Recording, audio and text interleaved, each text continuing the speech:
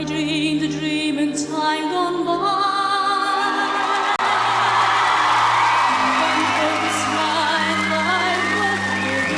You didn't expect that, did you? Did you? No. When Susan Boyle first stepped onto the stage, the world judged her before she sang a single note.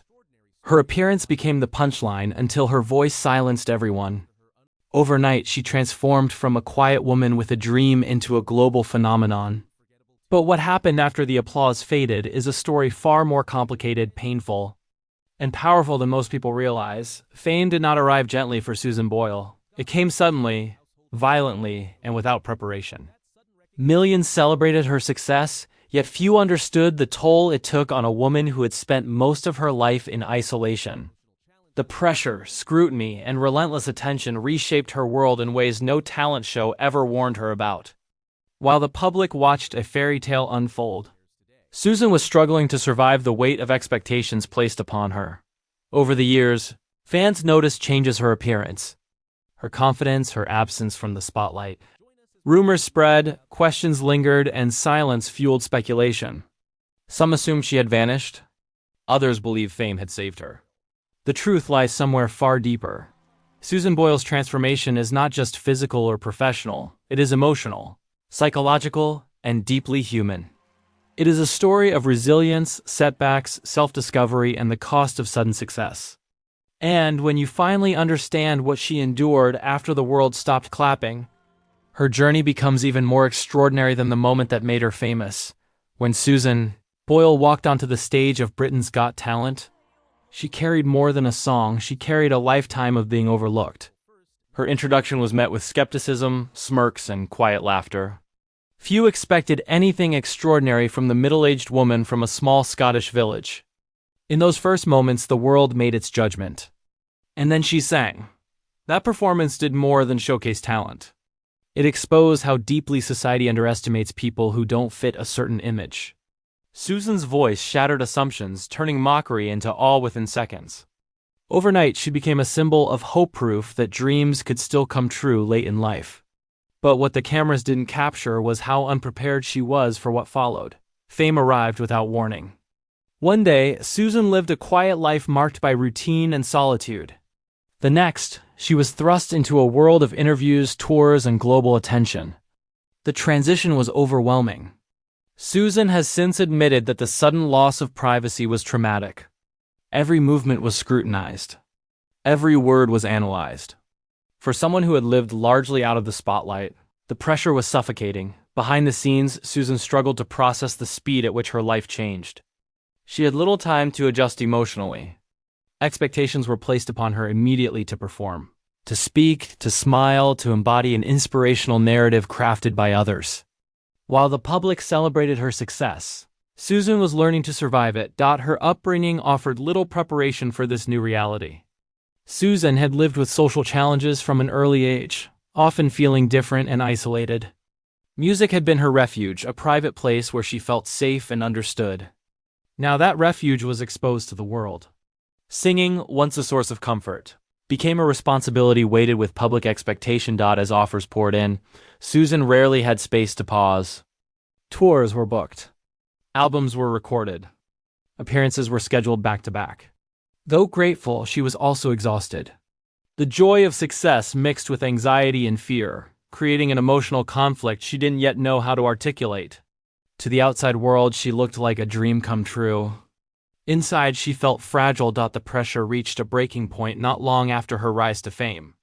Susan experienced emotional and physical exhaustion that culminated in a widely reported breakdown. Headlines focused on the spectacle, but few understood the cause. It wasn't weakness, it was the cost of being pushed too far, too fast. For the first time, the world saw that talent alone could not shield someone from the impact of sudden fame. This moment marked the beginning of Susan Boyle's transformation. Not the glamorous kind portrayed in magazines, but a deeper, more necessary change. She began to realize that survival would require boundaries, support, and self-understanding, things she had never been taught to prioritize. Susan's story is not just about discovery. It is about collision, the moment a quiet life meets global obsession. It sets the stage for everything that follows. The struggle for control, The fight for mental health and the slow, courageous process of reclaiming identity in a world that wanted to define her. After the initial shock of fame wore off, Susan Boyle entered a period that was far more difficult than her sudden rise. The applause had faded, but the pressure remained, constant, relentless, and deeply confusing. What the public saw as opportunity felt to Susan like survival mode. Every appearance carried expectation. Every silence sparked speculation. And every misstep became a headline. The breakdown that followed her early success was widely reported, but rarely understood. To many, it was treated as an unfortunate footnote in an otherwise inspirational story. For Susan, it was a warning sign her body and mind could no longer ignore. She had been pushed beyond her limits without the emotional tools to protect herself. The world that had embraced her voice had little patience for her vulnerability. Susan was placed under medical care, a moment that marked both humiliation and relief. For the first time, the relentless pace stopped. Away from cameras and crowds, she was forced to confront the toll fame had taken on her mental health. It was during this period that Susan began to understand something critical. Success had not healed the wounds of her past, it had exposed them. Throughout her life, Susan had lived with misunderstandings and isolation. Those struggles didn't disappear when she became famous. They intensified. Fame amplified everything: fear, anxiety, loneliness. The public often misinterpreted her behavior, labeling her as difficult or eccentric, without recognizing the distress underneath. Susan felt reduced to a caricature, trapped between public expectation and private pain. What hurt most was the loss of control. Decisions were made around her, often without her full understanding. Schedules, interviews, performances, everything moved too quickly. Susan later admitted that she often felt powerless, as though her life was no longer her own. The dream she had waited decades for began to feel like something happening to her, rather than for her. Recovery was not instant. It was slow, uncomfortable, and deeply personal. Susan began therapy and received proper diagnoses that helped her finally understand herself. For the first time, her struggles had names, and with those names came compassion. She wasn't broken. She wasn't failing. She was overwhelmed. That realization marked a turning point. During this period, Susan made a quiet but crucial decision. She would no longer chase fame at the expense of her well-being. She would sing, but only on terms that protected her mental health. This choice confused some fans and frustrated parts of the industry, but it saved her. Success, she realized, was meaningless if it cost her peace. The public slowly noticed changes. Susan appeared less frequently. When she did, she seemed calmer, more guarded, more intentional. Some mistook her absence for decline. Others assumed she had faded away. In truth, she was rebuilding, learning how to live with fame instead of being consumed by it. Music began to feel safe again, not as an obligation but as expression. Susan rediscovered the joy that had drawn her to singing in the first place. Without the constant noise, she could reconnect with her voice on her own terms. That reconnection became a form of healing. Reveals the cost of being misunderstood in the public eye and the strength it takes to step back when the world demands more. Susan Boyle's transformation wasn't about image or reinvention. It was about survival. About learning that stepping away is sometimes the bravest decision of all. And in choosing herself over spectacle. Susan began the most important transformation of her life, one that had nothing to do with fame, and everything to do with healing. As Susan Boyle slowly reclaimed her sense of stability, her transformation began to reveal itself in quieter, more meaningful ways.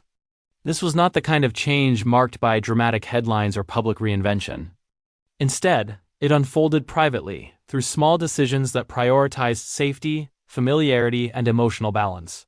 For the first time since her rise to fame, Susan was no longer trying to meet the world's expectations. She was learning how to live with her own. One of the most important choices Susan made was returning to the life that had grounded her before fame. She moved back into her childhood home in Blackburn, Scotland, a decision that puzzled many outsiders. With her success, she could have lived anywhere. But for Susan, that modest house represented stability. It was familiar, predictable, and free from the pressures of celebrity. In a world that had changed too fast, returning home felt like reclaiming control. This period marked a shift in how Susan viewed success. She no longer measured it by chart positions or media attention, but by peace of mind. She continued to record music, but on a slower schedule with careful consideration of her limits. Touring became selective. Appearances were planned with rest in mind. Each no, she said to the industry, was a yes to her well-being, a lesson learned the hard way. Publicly, Susan appeared calmer, more composed, and more self-aware. Those close to her noticed a growing confidence, not the loud kind, but a grounded assurance that came from self-acceptance. She began to speak more openly about mental health, helping others understand that her struggles were not flaws, but realities many people share. In doing so, she quietly reshaped her image from a novelty success story to a symbol of resilience. Susan's voice, too, evolved. There was a new depth to her performances, shaped by experience rather than innocence. Audiences who listened closely could hear it, the weight of endurance, the softness of healing, the strength earned through hardship. Singing was no longer about proving herself. It was about expression, connection, and honesty. Despite stepping back from the spotlight, Susan never disappeared. She remained present in her own way, choosing quality over quantity. Fans who followed her journey began to understand that her absence was not failure, it was survival. And slowly, public perception shifted. Sympathy replaced judgment. Respect replaced curiosity. Privately, Susan continued working on understanding herself. With proper support, she learned how to manage anxiety, protect her energy, and navigate a world that still didn't always understand her. The isolation she once felt began to soften.